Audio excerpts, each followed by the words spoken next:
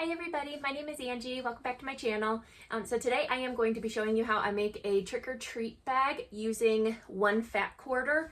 It is a total, like 1 fat quarter with no waste. You are using the entire thing, and it is exactly how much you need to make this cute little trick-or-treat bag or book bag for the library, or whatever. It is unlined, and you have the option. I just went ahead and used pinking shears to trim the raw edges of the bag on the inside, so that the edges won't fray. But if you have a serger, you can serge the edges, or if you have a zigzag stitch, I didn't feel like getting my other machine out that has a zigzag stitch on it. But if you have a zigzag stitch, then you can zigzag stitch the edges, and that will work very well to stop the inside of the bag from fraying. For a trick-or-treat bag, this bag is probably going to be used once, maybe twice a year for however long your kids are trick-or-treating. Maybe even once, and that's it. So the edges fraying isn't the worst thing in the world. It's probably not going to get washed all that much, and that's usually when you see the fraying. So, I mean, just leaving it as a raw edge is perfectly fine too. That wouldn't be that big a deal. But yeah, so this is a super quick project. You can whip these up very quickly and very good for batch sewing. So yeah, let's go ahead and get into it, and I will show you how to do this with a fat quarter, and that is it. All right, so I have my fat quarter here, and I have the short end here and the long end here. I'm gonna go ahead and rotate it so that I have the long end over here. And I already went ahead and just made sure that this is in fact a nice straight line. So that is good. And then I'm just gonna go ahead and, actually this is the side with the straight line. So I'm gonna flip it. So I know that this is the side with the nice straight line that I already trimmed up. And I'm gonna cut this on the 21-inch side, not the shorter side. I'm gonna cut this down to 3 inches. So a 3-inch strip here. 1, 2, 3, 1, 2, 3. Okay, and then I'm gonna do that one more time. All right, so I have these 2 3-inch strips here, and those are gonna be my straps. So that leaves me with 12 inches by the long end, so 20, 22 inches, 21 inches, something like that. So I'm gonna go ahead and rotate it. And then I'm just gonna go ahead and cut this piece in half. So whatever that ends up being, so mine is 21.5 inches. So that ends up being 21 would be 10.5. So 10 3/4. You could just round it and cut 2 pieces at 10.5 inches, but I'm trying to do this no waste. So yeah, 10 3/4. All right. So I'm just using my ruler, or my cutting mat as a ruler. And I am going to come over to the 10 3/4.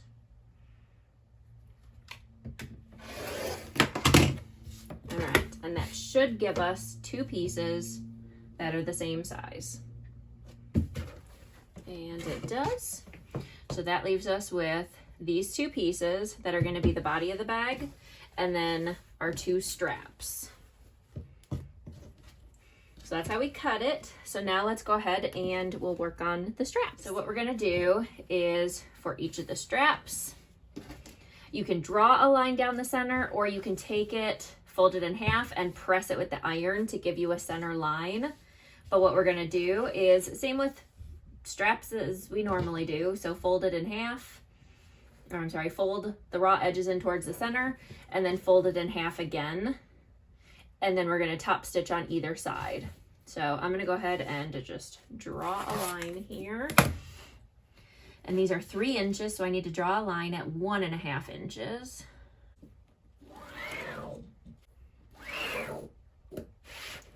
Okay, I'm gonna go ahead and go over to the iron and fold it in towards the center, both of the raw edges, give it a press like that, fold it again and give it a press and some clips so that I can take it back over to my sewing machine and sew.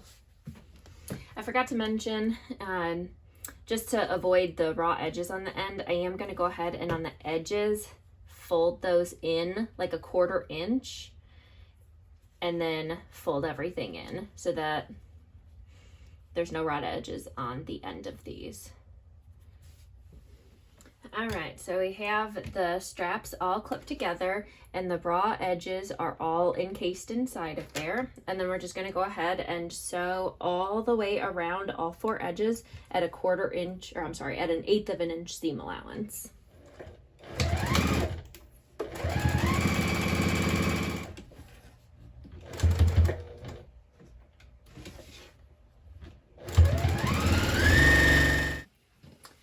So we got our straps done. So now we can go ahead and set those aside and start working on the body of the bag.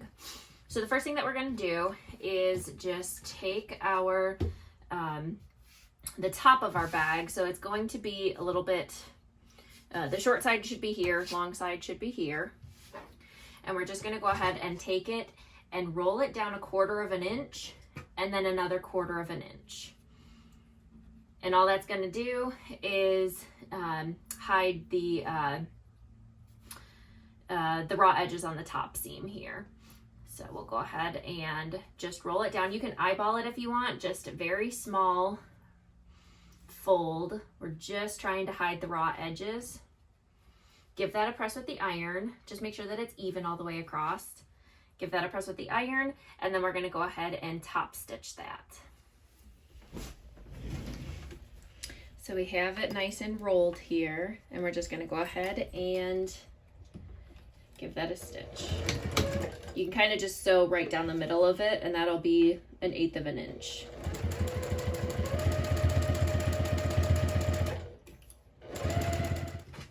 All right, so we went ahead and did that top. We're basically just doing a hem on it. So went ahead and did that, and then we'll just go ahead and do the same thing to the other piece. All right, so I have both of the top seams hemmed. So now we're just going to go ahead and place them right sides together.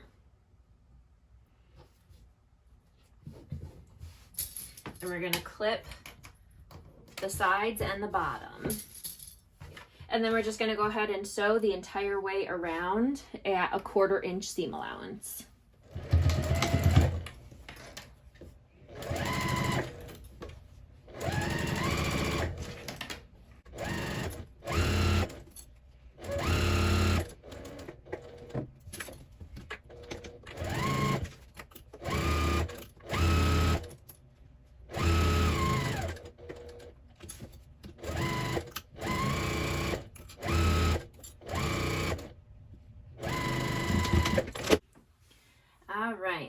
So I went ahead and sewed all the way around, but the top is still open. Now, if you have a serger, you could have just went ahead and used the serger for that, just to finish off the edges. If you have a zigzag stitch machine, you can go ahead and zigzag all of those edges just to finish them off so that they don't fray. Or, I mean, it is just a trick-or-treat bag that'll probably be used once a year, maybe a couple times a year.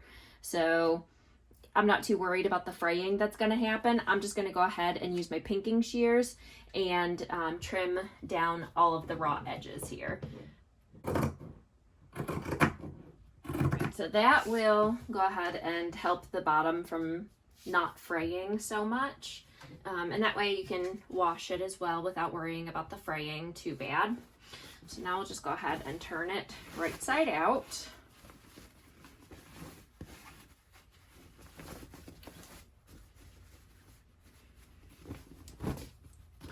Okay, and last step is just adding these straps on here. So we're gonna do 2 inches in from that side seam. So we'll put my ruler right on the 2-inch mark. And then I'm gonna put the bottom of the strap 1.5 inches down. And we'll just clip it on the top up here. Make sure there's no twists. And then over on the side seam over here, another 2 inches. and then put the bottom of the strap 1.5 inches down.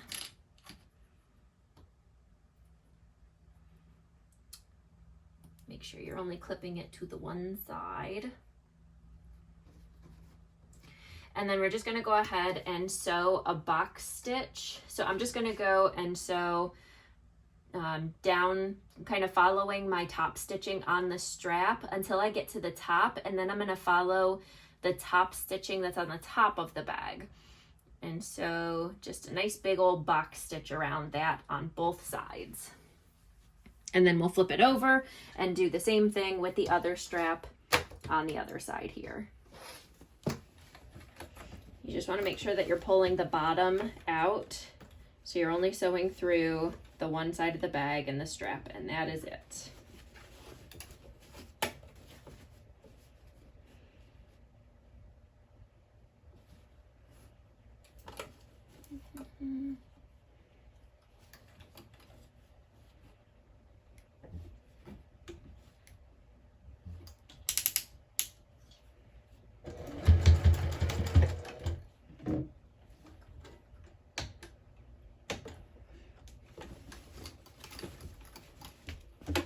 And every time you shift it, just make sure that you're only going through the one layer. Oops, too far.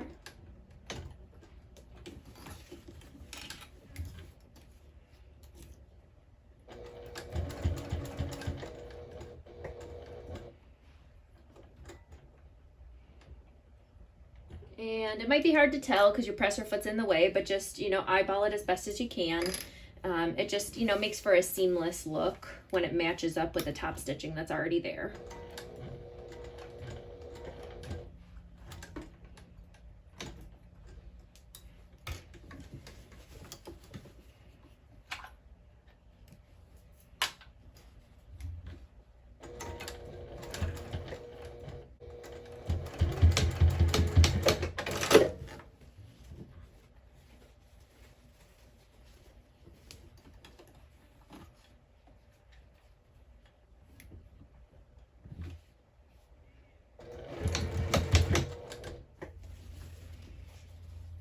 Okay, so there we go, and now we just need to go ahead and sew the other side on.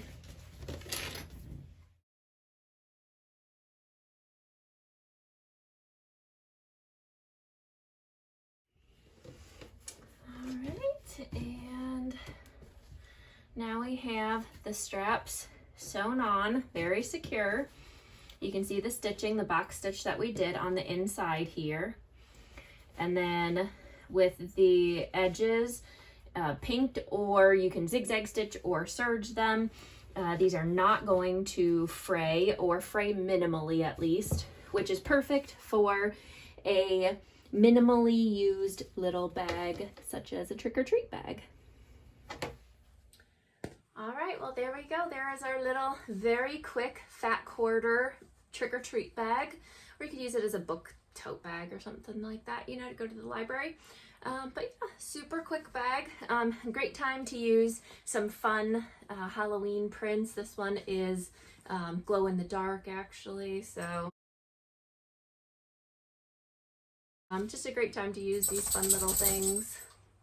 Waking my dog up apparently. But yeah, and I mean, it's super quick. You can bust one of these out in probably like 20 minutes. If you are batch sewing these would be great for batch sewing. Just pile up all of the fat quarters. You could do several at one time, cut them all out all at once. So you're doing the same amount of cutting for one, but you're cutting out 5 of them at a time. And you know, you can whip these up real quick if you have several kids that you want to make them for, give them away to kids in the neighborhood, or to sell them, any of that stuff these would be great for. So yeah, there we go. So if you enjoyed this video, if you found it helpful, make sure to give me a thumbs up and leave me a comment if you have anything to say. I don't know. If you have any questions, if you enjoyed this video, and make sure to subscribe to stay tuned for future videos. I'll see you next time. Bye.